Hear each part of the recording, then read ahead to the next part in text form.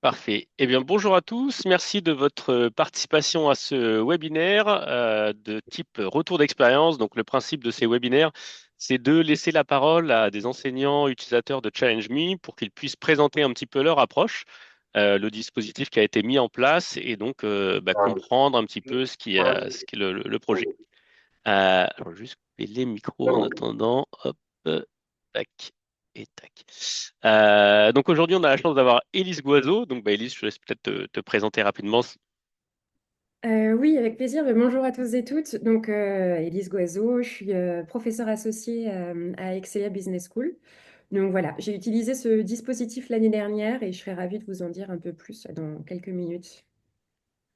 Euh, et du coup, moi, je vais attaquer en vous présentant rapidement Challenge Me pour que vous puissiez comprendre un petit peu ce qu'on adresse. Et puis ensuite, on passera directement au retour d'expérience. Donc, en ce qui concerne Challenge Me, donc nous, on est une solution d'évaluation et de feedback. On existe depuis 2015. Et initialement, on propose de créer des activités d'évaluation par les pairs, donc pour notamment favoriser la progression des étudiants sur des compétences. Mais maintenant, on va pouvoir créer des scénarios qui sont beaucoup plus avancés, donc on va voir exactement de quoi il s'agit.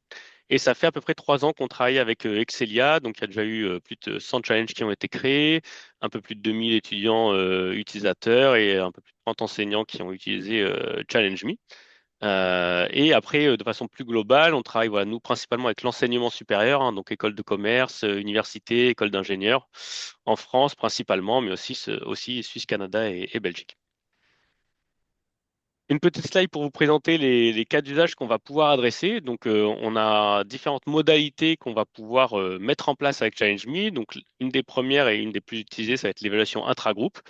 Donc là, on demande aux étudiants, suite à un projet réalisé en commun, eh bien, d'évaluer leurs camarades avec qui ils ont collaboré. Donc, je suis dans un groupe de 5, je vais évaluer mes 4 autres camarades sur des critères comportementaux. Ça peut être la communication dans le groupe, la capacité à aider les autres, la prise d'initiative, la conscience, le fait d'être conscient des objectifs communs, etc. Donc là, il y a des bases de critères qui existent, mais vous pouvez aussi créer vos propres critères. Là, l'idée de ce format, c'est de donner de la visibilité aux enseignants sur la dynamique des groupes, comprendre les groupes qui sont en difficulté et ceux qui fonctionnent bien ensemble, et comprendre aussi qui s'est impliqué à quel niveau dans les travaux de groupe pour notamment individualiser la note si l'enseignant le souhaite. On va pouvoir faire de l'évaluation de livrables également. Donc là, on demande aux étudiants de déposer un livrable sur la plateforme et ensuite d'évaluer ceux des autres.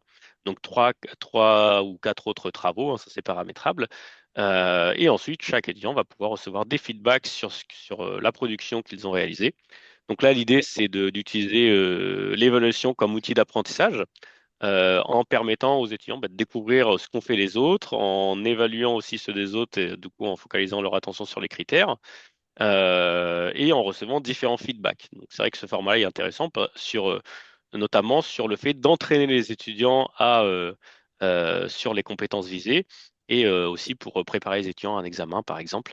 Après, on peut choisir d'utiliser la note ou pas dans une note finale. Donc ça dépend après un peu de l'enseignant, puis surtout de la capacité des étudiants à savoir évaluer. Donc, il y a des bonnes pratiques, on pourra peut-être en discuter d'ailleurs tout à l'heure. Ensuite, on va pouvoir faire de l'évaluation de présentation. Donc là, c'est plus un outil d'engagement. C'est-à-dire que Challenge Me va devenir un outil d'engagement. On va demander aux étudiants d'évaluer, donner un feedback aux étudiants qui présentent, que ce soit fait de façon individuelle ou en groupe. Mais en gros, on va faire passer les étudiants d'une attitude passive à une attitude active lors des présentations, en leur demandant d'évaluer leurs camarades. On va pouvoir faire de l'auto-évaluation. Donc là, permettre à l'étudiant de prendre du recul sur ce qu'il a réalisé, que ce soit sur sa capacité à travailler en groupe, sur un livrable qu'il a produit, etc. On va pouvoir faire de la coévaluation. Donc là, c'est le fait d'être évalué à la fois par des étudiants et ou des enseignants, puisque l'enseignant peut aussi participer à une activité Challenge Me pour venir enrichir les feedbacks donnés. Et puis ensuite, on va pouvoir faire de l'évaluation des enseignements. Donc là, c'est le fait de demander aux étudiants d'évaluer la qualité des enseignements reçus et pouvoir restituer ces données à l'enseignant, il a un maximum d'informations. Donc ces différentes modalités-là, sur Change Me, elles vont se retranscrire sous forme de phases. C'est-à-dire que vous allez pouvoir créer des activités avec les phases qui vous intéressent pour que ça puisse correspondre au scénario pédagogique que vous souhaitez adresser. Donc on a des phases de dépôt de travaux, des phases d'évaluation, d'auto-évaluation, etc. Et ces phases-là, en fonction du scénario que vous souhaitez adresser, on va les retrouver dans des activités qu'on va appeler des activités clés en main. Donc l'évaluation des membres du groupe, par exemple, vous aurez un format déjà existant avec des critères, des phases prédéfinies, des paramétrages prédéfinis. Vous n'aurez plus qu'à renseigner les dates et les participants. Donc, même chose sur les versions de livrable, sur les versions de présentation orale, sur l'autorisation. Donc, voilà, il y a des modèles comme ça qui sont clés en main. Et puis après, on peut avoir une utilisation un petit peu plus avancée pour faire du sur-mesure, donc pour vraiment créer un scénario qu'on souhaite adresser, et ça on le voit de plus en plus dans l'utilisation. On va dire, ben, je veux mobiliser cette phase-là, puis ensuite je vais faire cette phase-là, etc. Là, dans l'exemple que je vous ai mis, on a une phase de dépôt des travaux, les étudiants soumettent un travail, ensuite une phase d'auto-évaluation, donc les étudiants s'auto-évaluent sur le travail déposé, et ensuite cette auto-évaluation est validée par des enseignants et aussi par des étudiants. Et puis ensuite, on leur présente les résultats et on leur demande un second dépôt amélioré, par exemple. Là, c'est un exemple que je vous montre, c'est juste pour vous montrer ce système de phase, au fait, et du coup, la flexibilité qu'on peut avoir pour adresser le scénario. Voilà, je vais m'arrêter là sur la petite présentation de Challenge Me. C'était vraiment pour que vous puissiez comprendre un petit peu de quoi il s'agit. Et bah, maintenant, je vais passer la parole à Élise. Et bah, Élise, je te laisse la main. Ok, super. Pendant ma présentation, je vais vous partager de façon très concrète, en fait, moi, les slides que j'ai montrés aux étudiants pour leur faire comprendre le déroulé de cette évaluation ensemble. Mais peut-être avant de commencer, donc, l'année dernière, j'ai donné un cours que je n'avais pas encore donné à des... parce qu'on a... Bref, peu importe le contexte, mais c'était un cours que je prenais pour la première fois et c'était des grosses cohortes. J'avais 3 TD de 60 étudiants que je devais évaluer, Je devais donner des notations individuelles, mais aussi de groupe. Euh, et donc, c'était même matière pour les trois en management et leadership. Et donc, il s'avère qu'à ce moment-là, j'étais en train de penser depuis plusieurs mois à comment est-ce que je vais faire pour évaluer cette grosse cohorte d'étudiants. Et il s'avère qu'au sein de mon école, on a des chercheurs en sciences de l'éduc qui ont dit, mais en fait, là, on a cet outil qui existe et on aimerait vraiment pouvoir voir quelle influence ça peut avoir sur les étudiants d'utiliser l'évaluation par les pairs. Moi, il s'avère que j'étais assez heureuse de pouvoir avoir une opportunité d'utiliser quelque chose de nouveau, de voir comment ça fonctionnait. Et je me disais, eh, peut-être que ça va fonctionner aussi sur des grosses cohortes pour les motiver aussi. Enfin, voilà. Et ça, c'était la première chose. La deuxième chose, c'est qu'on était dans un cours où, donc management et leadership, on s'est dit que c'était quand même assez bien. Enfin, ça tombait bien parce que c'était aussi un moyen pour eux de développer une compétence de faire du retour sur le travail des autres, en anglais le feedback, qui leur servira aussi plus tard quand ils seront en entreprise et en organisation. Donc, c'était un peu une première façon de se dire, ben, en fait, comment je fais des retours sur le travail des autres et comment aussi je reçois ces retours. Donc ça, c'est pour le contexte. Je vais dérouler ma présentation, puis je serai vraiment ravie de répondre à vos questions. Et puis, Jean, comme on se l'a dit, n'hésite pas Ça à me marche. poser des questions si j'oublie des éléments. Donc, je vais vous partager mes slides que je leur montrais en début de cours. En fait, il y a un gros travail à faire, selon moi, en début de cours, parce que c'est quelque chose qui est nouveau pour eux. Alors, attendez. Je vais voir si je le mets en format présentation. Là, c'est bon, vous l'avez en format C'est présentation. parfait, ouais. Ouais, Donc, en fait, je pense qu'il y a un gros travail à faire en amont parce que vous allez voir, j'ai vraiment utilisé, comme Jean l'a montré dans sa présentation, plusieurs phases. De l'auto-évaluation, il faut faire l'étude de cas, il faut revoir l'étude de cas des autres, etc. Donc, il y avait vraiment, la première problématique, c'était de se dire, OK, en fait, il faut vraiment être carré sur les deadlines, notamment que c'est un public d'alternants. Donc, il ne faut pas les faire travailler sur les semaines où ils sont en entreprise, etc. Donc, ça a été, enfin, je m'en suis sortie, mais voilà, c'est un premier travail à faire pour s'assurer qu'ils aient bien le temps de faire l'étude de cas, de revoir le travail des autres sur des semaines où ils sont en cours. Et donc après, il y a donc ce fameux travail où j'ai pris, je pense, peut-être que j'aurais pu faire ça de façon plus réduite, mais j'ai bien pris 45 minutes, 1 heure en début de cours pour présenter l'outil. Pour que les étudiants, enfin pour présenter l'outil et aussi créer les groupes, ce qui a pris énormément de temps. Voilà, c'est pas forcément l'outil qui a pris du temps à être présenté, c'est aussi créer les groupes. Mais mais je pense que c'était vraiment nécessaire et ça a fait en sorte que l'expérience passe super bien. Et donc, je leur ai expliqué donc, d'abord l'avantage. C'est vraiment ce que je viens de vous montrer de l'évaluation par les pairs. Donc, sur le retour sur le travail. Aussi, je leur ai dit, mais en fait, ça va être hyper intéressant parce que souvent, vous avez un retour des profs sur votre travail, mais vous n'avez aucune idée de ce que font les autres. Et j'ai trouvé que c'était aussi un super moyen de se dire, mais, ah ouais, en fait, je vois que, il y a certains étudiants qui ont eu de super idées, j'y aurais pas du tout pensé. Et au contraire, ah mais en fait, ça, je me rends compte que je l'ai fait super bien parce que d'autres n'y ont pas pensé. J'ai trouvé que c'est une méthode d'apprentissage qui était assez nouvelle et assez chouette. Donc voilà, ça, c'était un peu le nerf de la guerre, en fait, leur présenter vraiment le déroulé de cette expérience. Donc, c'était leur donner le dépôt, donc la date de dépôt, et ensuite leur présenter toutes les étapes. Donc, comme vous pouvez le voir, il y a le dépôt, ensuite une auto-évaluation, parce que ce que je n'ai pas précisé, en fait, ça se faisait dans le cadre d'une recherche faite par mes collègues en sciences de l'éduc. Et donc, peut-être que je l'ai précisé, mais bref. Et en fait, l'idée, c'était de faire aussi une auto-évaluation avant et après l'utilisation de l'outil pour voir ce que ça leur a apporté sur leur développement de compétences en feedback. Donc, il y avait cette première auto-évaluation euh, ben, en fait, comment est-ce que je me sens, comment est-ce que je juge, j'évalue mes compétences pour faire du feedback sur le travail des autres. Ensuite, ils ont fait l'évaluation par les pairs intergroupes. Donc, chaque groupe devait revoir deux travaux d'autres groupes. Donc, c'est ce qu'ils ont fait. Et une fois cette étape faite, il y avait l'évaluation intragroupe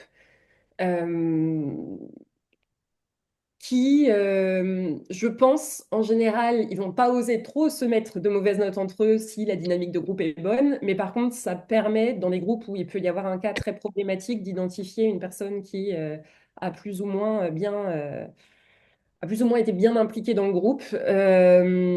Et donc, en fait, il y avait, ça faisait partie de leur contrôle continu. Donc, il y avait, alors si je ne me trompe pas, mais je vais vous redonner les chiffres après, quelque chose comme, en fait, j'avais 25% de notes individuelles qui n'avaient rien à voir avec ce challenge, 25% de notes individuelles qui étaient basées sur l'évaluation par les pairs intra-groupe. Donc, ça comptait quand même, l'implication au sein du groupe. Donc, 25% de la note totale de contrôle continu était basée là-dessus. Il y avait 40% de la note euh, du coup, de contrôle continu global qui était dédié au travail de groupe, donc à l'étude de cas qu'ils ont faite, et 10% qui était sur l'évaluation Oui, des bonjour feedbacks Alexia. reçus. Oui, attends une seconde. C'est que je puisse couper ça. Attends. Voilà. Ah, mince. Est-ce que j'étais coupée? Hop, c'est bon, j'ai désactivé le micro, je l'ai pas fait. Désolé, Lise. Hop, alors par contre, ton micro qui a été coupé aussi. C'est bon. C'est bon, parfait. Et donc en fait, on évaluait aussi le feedback reçu. Donc ce qui fait que le feedback n'était pas fait. Alors je sais plus si c'est par-dessus la jambe, par-dessous, par-dessus, par-dessus. Voilà.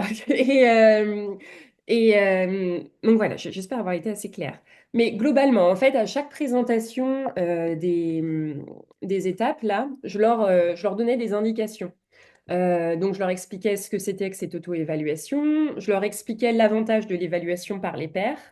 Et aussi, j'essayais d'anticiper les questions et les craintes. Donc, c'est-à-dire, les travaux sont anonymisés. Vous ne saurez pas qui vous évaluez.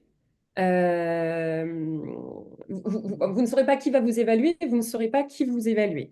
Et aussi, pour leur dire, vous inquiétez pas, j'aurai toujours un œil sur ce qui se fait. Si je me rends compte qu'il y a deux notes qui sont complètement différentes, bien sûr que je vais insister un peu plus, moi, sur le travail rendu pour m'assurer voilà, que la note n'est pas injuste. Mais sinon, la politique que je prenais, c'était de prendre la moyenne des deux évaluations. Mais je vais aller un peu plus loin sur ce que je vais améliorer cette année parce que faire deux évaluations pour un groupe, c'est selon moi pas assez. Euh, je leur expliquais bien sûr l'intérêt de l'évaluation par les pairs. Donc j'essaie vraiment d'insister sur, bon voilà, c'est nouveau pour vous, mais je vais essayer de vous montrer pourquoi ça peut être vraiment intéressant. Donc l'évaluation intra-groupe dont je vous ai parlé. quelques semaines plus tard, ils avaient les résultats et il y avait une évaluation des feedbacks reçus. J'ai beaucoup insisté sur l'importance de la bienveillance dans les feedbacks. Ça n'a pas été un problème au moment lorsqu'on a reçu tous les résultats. Finalement, les feedbacks en général étaient assez positifs. Mais quand même, insister sur la bienveillance des feedbacks. Euh, et aussi, je leur ai dit, ben, je vais vous fournir des critères très précis. Je ne les laisse pas comme ça dans la nature pour chacune des évaluations qu'ils doivent faire. Pour chaque évaluation, que ce soit les pairs intergroupes, les pairs intragroupes et l'évaluation des feedbacks reçus, il y avait des critères très précis auxquels ils devaient avoir accès. Je vais vous montrer à quoi ça peut ressembler. En fait, la plateforme vous en propose des critères pour chacune des phases. Donc, je les ai pris et aussi on peut les modifier, on peut proposer ses propres critères. Je vais vous montrer à quoi ça ressemble. Par exemple, pour l'évaluation par les pairs intergroupes, il y avait un critère qui était est-ce que les théories du cours ont été utilisées? C'était une étude de cas classique, ce que je leur avais demandé de faire, étude de cas classique. Et en fait, donc c'était pour leur donner à peu près une idée ben, sur ce critère-là. Si on n'évoque pas du tout les théories du cours, ben, globalement, on a plutôt entre 1 et 3. Par contre, si les théories sont très très bien utilisées, ça permet d'élargir la réflexion, etc., ben là, on va aller plus vers du 7, du 9 ou du 10. J'ai essayé de leur donner des choses assez détaillées pour qu'ils sachent à peu près où peut se situer le travail de leurs collègues. Donc, je leur ai donné des exemples de critères pour l'intergroupe, pour l'intragroupe et aussi l'évaluation des feedbacks reçus. J'aurais peut-être pas le temps de tout vous présenter si je veux pouvoir tout vous dire, mais globalement, donc après j'ai pris du temps pour inscrire les groupes sur Challenge Me. Mais aussi, il s'avère qu'il y a quand même pas mal de ressources sur le site. Donc, il y a des questions sur les outils, etc. Il y a les réponses qui sont déjà sur le site. Donc, je renvoyais quand même de temps en temps au site s'il y avait des questions qui pouvaient se poser en dehors de mes cours.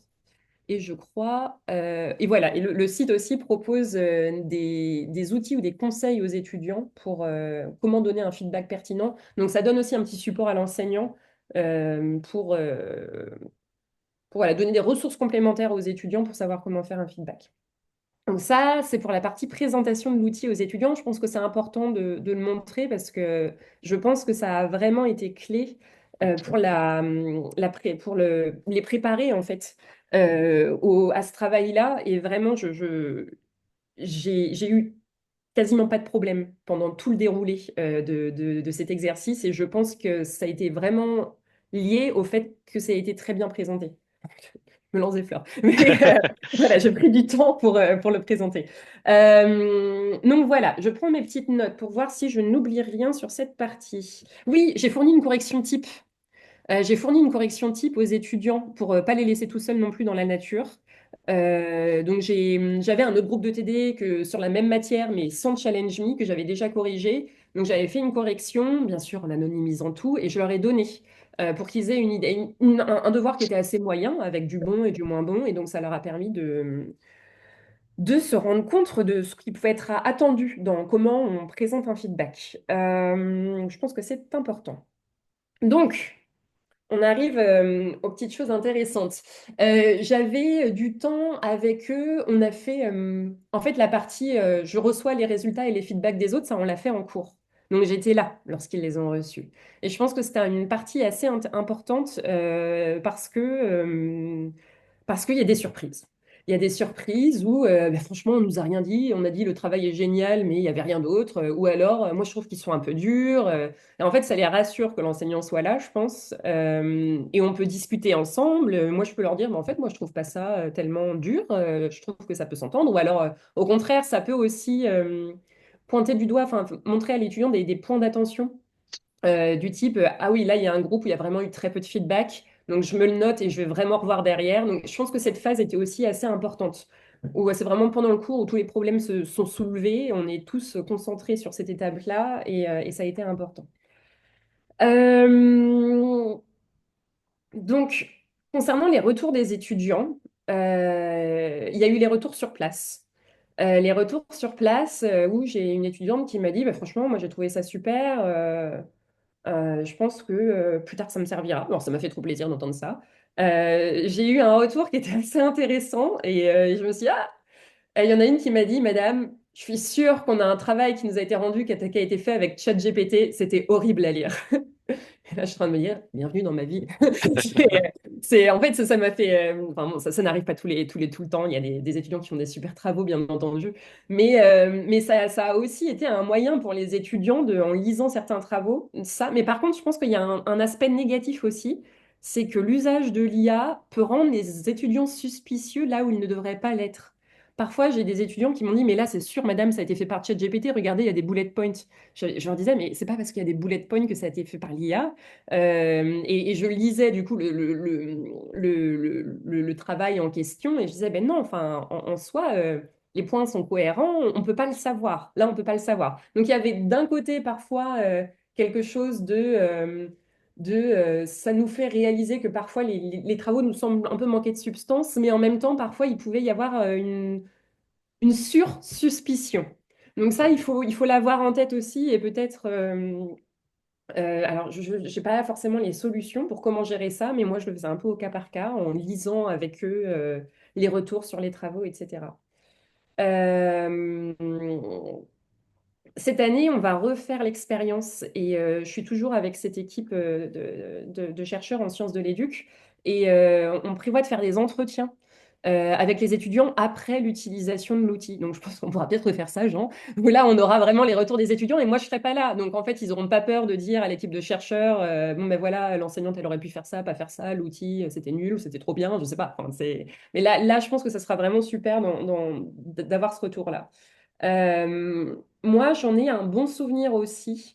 Parce que enfin, j'étais vraiment avec les étudiants, on réfléchissait ensemble au feedback qu'ils avaient reçu. Enfin, j'ai trouvé que les rapports et les relations étaient assez chouettes. Enfin, il y avait des groupes qui étaient forcément plus impliqués que d'autres, mais j'avais trouvé cette dynamique assez chouette. Alors, bien entendu, je pense qu'il faut peut-être changer un peu son rapport à ce qu'on attend d'une évaluation. Tout le monde a eu la moyenne. Ils n'osaient pas, 7 sur 10, pour eux, c'était une mauvaise note à un critère. Alors je leur disais, si c'était moi qui vous avais noté, je pense que ça ne serait pas pareil. Mais je pense que du coup, il faut revoir un peu son rapport à ça parce que je pense qu'il faut se dire, OK, ben, il y aura l'examen final. Enfin, nous, en tout cas, c'est ce qu'on a, c'est 60% de la note. L'examen final, ils seront tout seuls face à leur feuille. Là, je me dis, ben, en fait, c'est une autre façon de peut-être d'aborder l'évaluation, de se dire, est-ce que c'est, et bien sûr, les connaissances fondamentales qu'on évalue, mais là, on demande de l'évaluation par les pairs, pas des étudiants qui ne sont pas forcément des experts de management et de leadership. Donc, c'est plutôt aussi de se dire, mais en fait, cet outil-là permet de développer des compétences comme ça. Et bien entendu, moi, je suis là derrière. Si je vois qu'il y a un groupe qui a une note merveilleuse, je vais bien sûr revoir derrière, je vais creuser, etc. Qu'est-ce que je voulais dire là-dessus? Euh, Mince, ça m'est sorti de la tête. C'était sur les très bonnes notes. Comment tu Euh, gérais peut-être les notes qui étaient comme ça euh, qui étaient mais un peu en fait, surnotées, ouais. je m'intéressais surtout aux écarts de notes. Oui, S'il y avait de très gros écarts avec quelqu'un qui surnotait beaucoup et quelqu'un qui était un peu plus... donc là, je mettais mon nez dedans et je pouvais ajuster par derrière en prévenant les étudiants. oui. Non, mais quand je voyais que les deux résultats étaient assez similaires, je gardais ça comme ça. Mais par contre, là, cette année, je vais passer de l'évaluation de groupe à l'évaluation individuelle. Et on va demander aux étudiants de revoir 3 travaux. Et voilà, j'ai retrouvé ce que je voulais dire. De revoir 3 travaux, parce que je pense que ça sera beaucoup plus facile de croiser 3 notes et de se dire, enfin, voilà, s'il y en a 2 qui sont très proches et une autre qui est un peu plus éloignée, ben là, on a déjà un peu une tendance vers ce qui est vraiment enfin, on peut avoir une idée de la valeur un peu de l'évaluation. Et je suis désolée, je suis en train d'exploser mon temps de parole, là, je pense. Non, non, Euh, c'est parfait. Tu et, et, prends le temps que euh, tu veux. et en fait, là, ce qu'on va faire aussi, c'est que cette fois-ci, je vais avoir 6 groupes. Et comme les emplois du temps sont à peu près les mêmes, je pense qu'on fera l'évaluation entre pairs sur plusieurs groupes. C'est-à-dire que je peux être du TD1 et être évalué par quelqu'un du TD2. Et donc, en fait, peut-être que dans ce cas-là, il y aura peut-être moins tendance à la surnotation ou au... Enfin voilà, c'est pas... Je vais peut-être évaluer des gens que je ne connais pas, peut-être que ça va peut-être changer un petit peu le rapport à l'évaluation. Donc on va voir en fait. Je ne sais pas, j'ai pas la science infuse là-dessus. On verra, on teste au fur et à mesure, mais toujours quand même dans une optique de c'est un nouvel outil. Je veux pas pénaliser les étudiants parce que j'utilise pour la première fois un outil d'évaluation, donc j'essaye de le faire le mieux possible. Et on verra au fur et à mesure des années comment ça se passe. Par contre, là, ça va demander beaucoup plus de travail aux étudiants parce qu'avant, c'était des groupes qui envoyaient 2 travaux. Là, c'est un individu qui va avoir 3 travaux. Donc, j'en ai pas mal parlé avec l'équipe pédagogique en disant, ben, en fait, je pense que c'est un travail en amont de présenter. En fait, ma matière, c'est une des matières de tronc commun. Donc, en leur disant, mais en fait, vous êtes dans une matière de tronc commun, vous êtes en master 1 et ça fait partie en fait du travail à faire. Et voilà, j'aurai peut-être quelques sourcils qui vont se lever à la rentrée, mais on verra. Voilà, et donc, oui, donc passage, donc là, on va faire du groupe à l'individuel, on va passer à, je dis on parce qu'on est une équipe hein, derrière ça, on va passer de 2 travaux à 3 travaux. Et aussi, concernant la correction type, je pense que je ne leur proposerai pas une correction type du cas que je leur donne parce que j'avais l'impression de retrouver des éléments, mes éléments de vocabulaire, la correction que je proposais était un peu reprise pour qu'ils fassent leur feedback. Et donc, je me demande si je proposerais pas une évaluation type d'un cas plus ou moins similaire, mais pas exactement le même. Voilà, pour éviter un peu cette tendance à trop vouloir copier le professeur parce que c'est peut-être rassurant. Parce que dans Euh, les feedbacks, tu retrouvais des mais formulations de phrases qui étaient un peu similaires à ce que tu avais dans la ouais, correction type. c'est Ok. ça. Et après, c'était très certainement de la part des étudiants parce que c'est rassurant aussi. On se dit, bon, bah, je Hmm, fais comme la prof a voulu, a fait, voilà. oui. Mais en parlant avec l'équipe avec laquelle je travaille, ce serait peut-être, on verra. Mais peut-être proposer voilà comment on peut faire des feedbacks, mais sur un autre sujet, mais similaire à celui que je lui ai donné.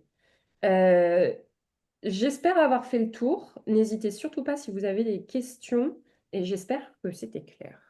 C'était hyper intéressant. Merci beaucoup. Je voulais juste rebondir sur un point qui est hyper important et que tu as bien démontré sur la préparation des étudiants en fait quand on Ouais. met en place ce type de dispositif.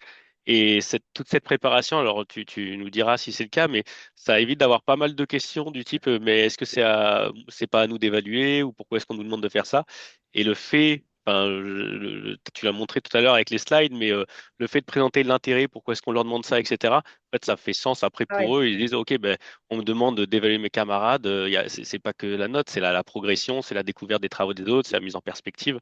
Et je sais pas comment, est-ce que t'as eu des questions là-dessus ou Alors vraiment, c'était de la résistance ou j'ai... on reverra ça là cette année, parce que là je vais avoir 6 groupes, donc je risque d'avoir des. Et puis Ouais, les modalités vont changer, mais vraiment là c'était la bonne surprise cette année, parce que j'ai vraiment pris du temps. On a ouais, beaucoup travaillé avec Clara qui est dans mon école sur comment le présenter. Et en fait, j'ai quasiment eu pas de questions.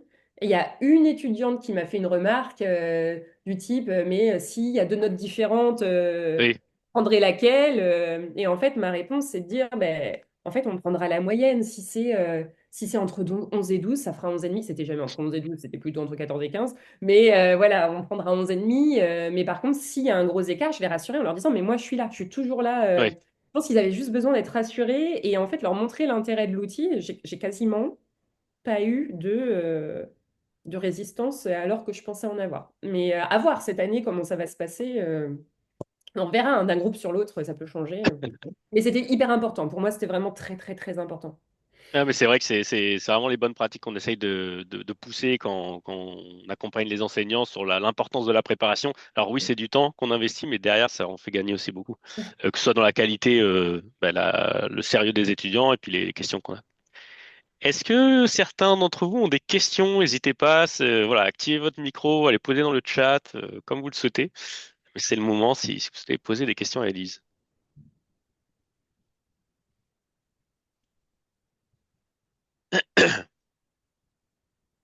Alors, j'étais tellement claire.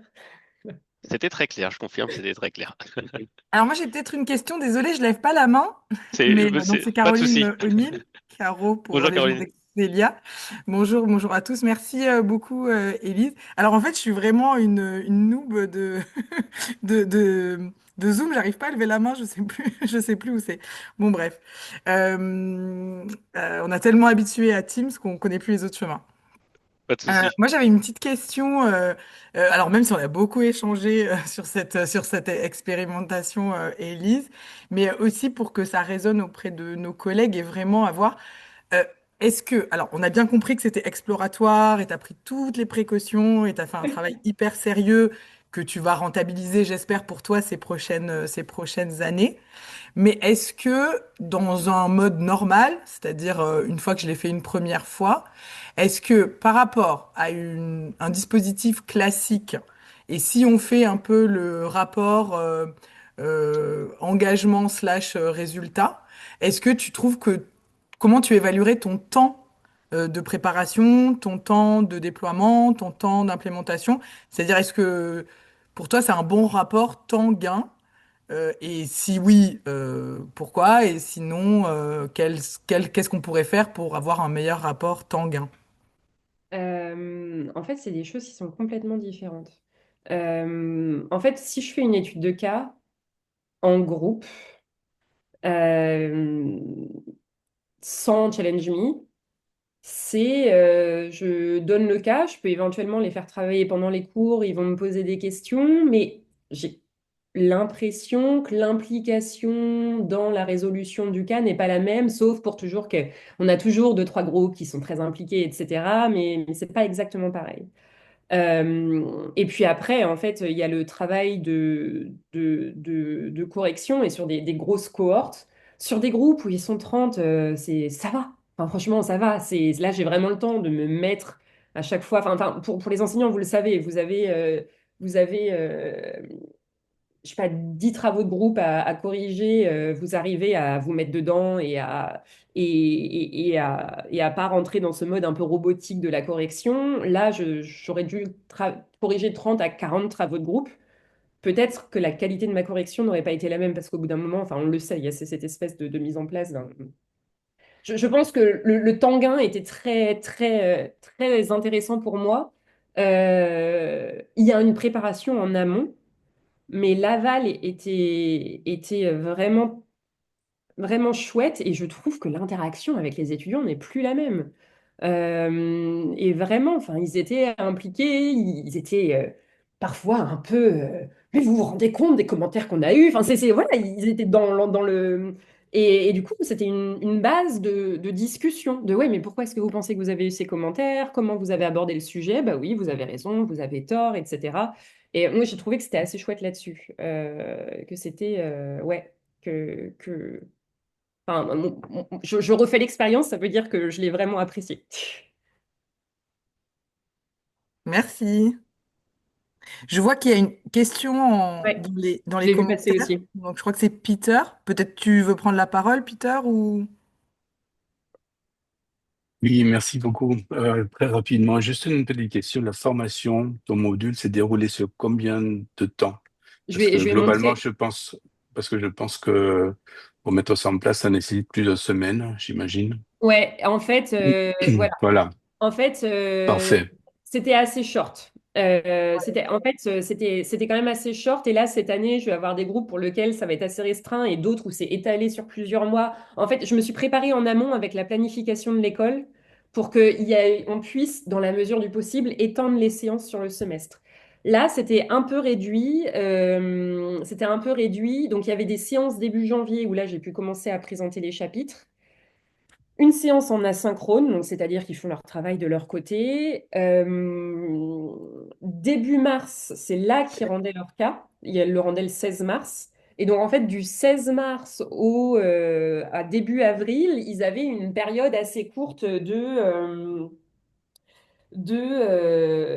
il faut que je fasse les évaluations des cas des autres. Donc, je rends mon cas le 16 mars et 2 semaines après, il faut que je fasse les évaluations des cas des autres. Donc, ouais, je pense que c'est quelque chose. Là, mon cours en question, j'ai des groupes où je les ai que sur un mois et demi, je ne peux pas mettre en place le dispositif. C'est pas possible. Je pense qu'il faut au moins avoir le cours sur, ouais. Si c'est un parcours classique sur 2 mois, c'est peut-être possible. Si c'est un parcours en alternance, je pense qu'il faut au moins 3 4 mois. Écoute, merci beaucoup. Avec plaisir. Est-ce que d'autres personnes auraient des questions?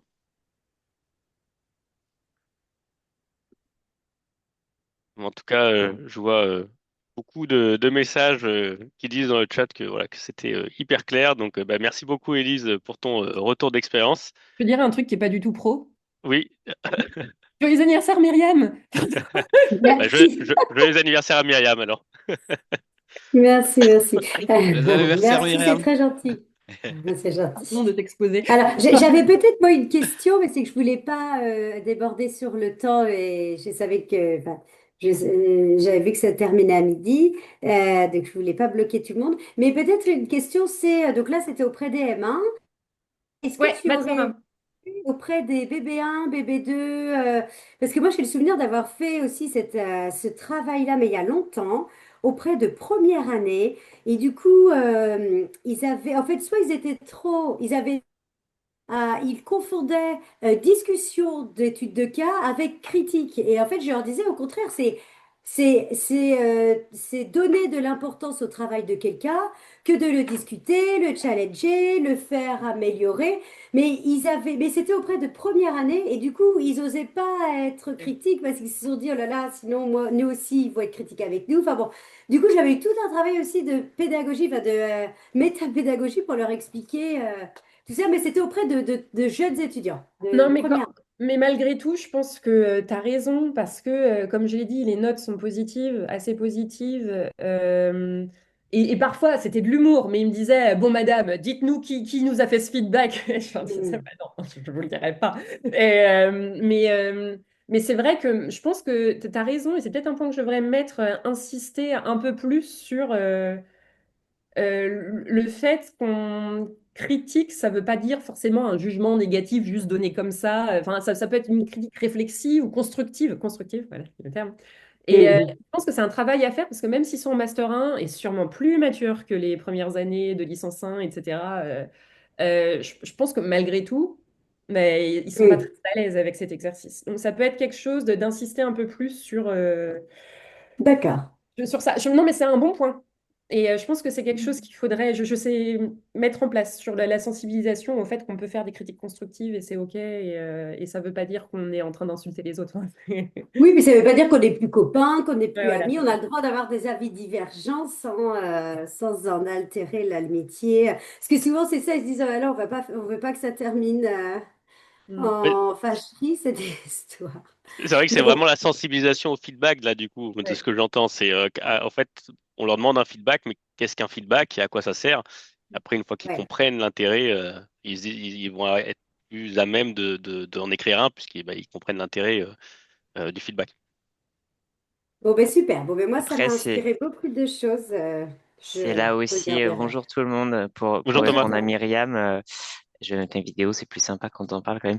C'est là aussi que les critères d'évaluation viennent sécuriser ce qu'on entend par feedback et puis apporter de l'objectivité où il pourrait y avoir pas mal de subjectivité, crainte de leur part et puis voilà.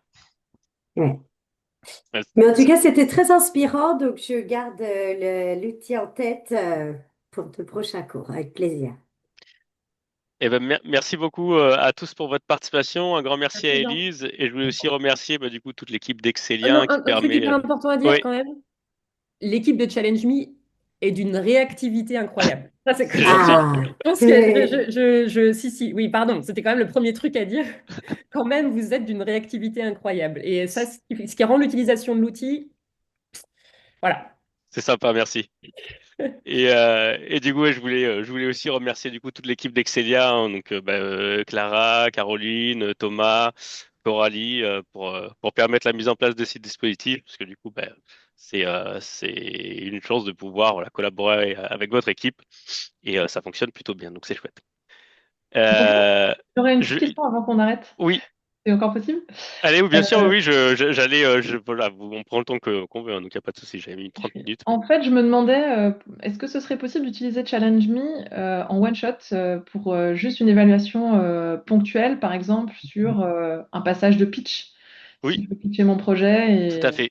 C'est vrai que là, on a vu, le cas qu'on a vu avec Elise, c'était un cas, on va dire, qui est plus sur le système avancé, dans le sens où Elise, elle a choisi des différentes phases pour répondre à son scénario pédagogique, mais il y a des modèles qui sont clés en main sur l'évaluation de pitch. Typiquement, on a un modèle qui s'appelle l'évaluation de présentation orale, avec des critères déjà prédéfinis, et il n'y a plus qu'à mettre les dates, les participants. Donc oui, il y a des choses qu'on peut lancer très rapidement pour un cas bien spécifique. Donc oui, oui, ça, c'est tout à fait possible. Et pour l'utiliser dans le cadre d'Excelia, il faut passer par quoi? Il faut s'inscrire quelque part? Il y a un profil? Alors, en fait, c'est vrai que je ne l'ai pas précisé. En fait, ça va être intégré à MyLMS.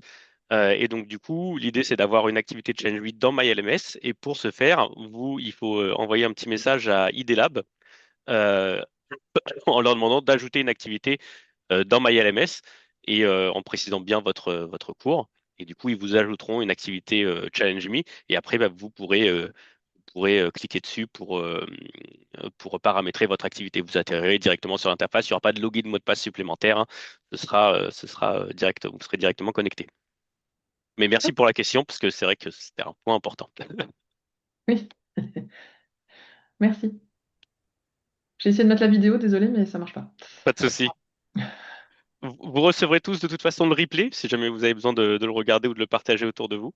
Et du coup, merci à tous et je vous souhaite un bon appétit et j'espère à bientôt du coup. Merci Jean. Merci. Super, un grand Au revoir. merci. Bon appétit, Merci bon beaucoup. après-midi. Bon appétit. Au revoir. Merci, au revoir.